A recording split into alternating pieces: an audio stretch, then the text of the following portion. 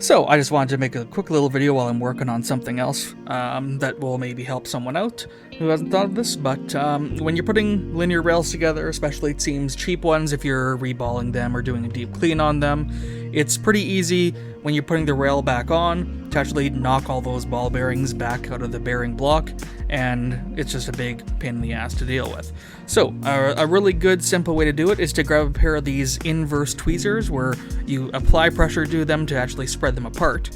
They're great for all sorts of things, but just take those and, maybe 5 or 6 millimeters ahead of the actual rail as you're pushing it in, use that to push pressure on those thin metal retention guides that hold all the bearings in place, and just sort of slowly walk your way forward, and